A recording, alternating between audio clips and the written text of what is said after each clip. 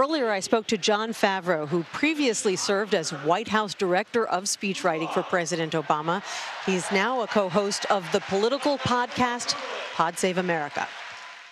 Jon, thanks so much for being here. It's great to see you. Thanks for having me. So as a speechwriter, former speechwriter, current speechwriter from time to time, take us behind the curtain of what is going on right now, a few hours before Kamala Harris gives one of the biggest speeches of her life. What is that speechwriter going through? Oh, I know who it is, so I know what he's going through. One of my friends from the Obama campaign was a speechwriter there named Adam Frankel. They are doing last-minute edits. I'm sure Kamala Harris is just sort of going through the speech with a fine-tooth comb, making sure that everything is right. They probably practiced once or twice. I know they probably did a run-through earlier this week, but you probably want to do one more run-through on the day of the speech. And but usually the day of, it's kind of calm because the craziness happens over the last month or so. The speech is done. Yes. Yeah. You know, you were a speechwriter for President Obama. Mm-hmm. A lot of people would say, you know, he's a famed orator. You had it easy. You could write a grocery list and he would make it sound like prose. Yeah. Now, I know you worked very hard, but how does a speechwriter for Kamala Harris make sure that this speech meets the moment, especially after she's gone after some pretty incredible speakers all week long? Convention speeches are really difficult for the nominee because the nominee has a lot of business to get done, right? Some other speakers can just kind of talk about what they want and talk about the nominee. She has to talk about herself, define herself, talk about her biography, talk about her record, and then she needs to frame the choice in the election, talk about what the difference would be between voting for her and voting for Donald Trump, the policies that she would put forward versus the policies Donald Trump would put forward.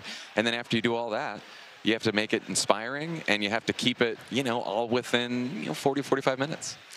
Oh, is that all? That's all. I mean, I remember when I was writing the 2008 convention speech with Obama, we flew to Denver, where the convention was, from Montana, and on that plane, we still had to cut like 2,000 words from the speech.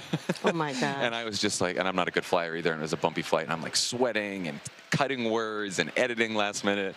It's a lot. It's really hard to do. It's especially a lot when you are writing for a politician like Barack Obama, whose race, whose heritage was often used by his opponents to make him seem different or scary. And that's something that Kamala Harris may have to contend with as well. How should she address that in her speech tonight, if at all? The Obamas touched on it certainly earlier in the week. She has been, in her speeches over the last couple of weeks, been talking a lot about patriotism and how much she loves her country. That's been a theme of this convention. I mean, and for us, you know, Barack Obama, when he first was at the 2004 convention in Boston, speech he wrote himself before I started working with him, the reason people still remember that speech is it was him reclaiming patriotism from the Republicans. And the Republican, or Trump especially, wants to paint Kamala Harris as the other, right? And I think that Kamala Harris's job and the campaign's job is to say no, and you've been seeing this all week, we're just normal people, normal families, middle-class upbringing, and we have the same struggles as everyone else. And so I think that's what she'll probably do again tonight. You know, I was talking to one of your fellow Pod Save America co-hosts yesterday, Tommy Vietor, and we were talking about the fact that the four of you famously came out the day after President Biden's disastrous debate, and you went there and you said he probably needs to leave the race. And that ultimately did happen, but there were some pretty stressful weeks in between. There were a lot of Democratic officials who did not agree with you and were not happy that you did that. Yeah. Are you still in timeout with some of them, or do you think that all's well that ends well? I hope not, but I mean, it was an easy decision to make because, you know, I believe that Donald Trump represents an existential threat to our democracy, and therefore, the top priority is to beat Donald Trump. And I love Joe Biden. I think Joe Biden's been a great president, but what we saw at that debate is not someone who had the best chance of beating Donald Trump. So I think that has to come first. Joe Biden ultimately made the decision that has to come first. He made the selfless decision to step aside.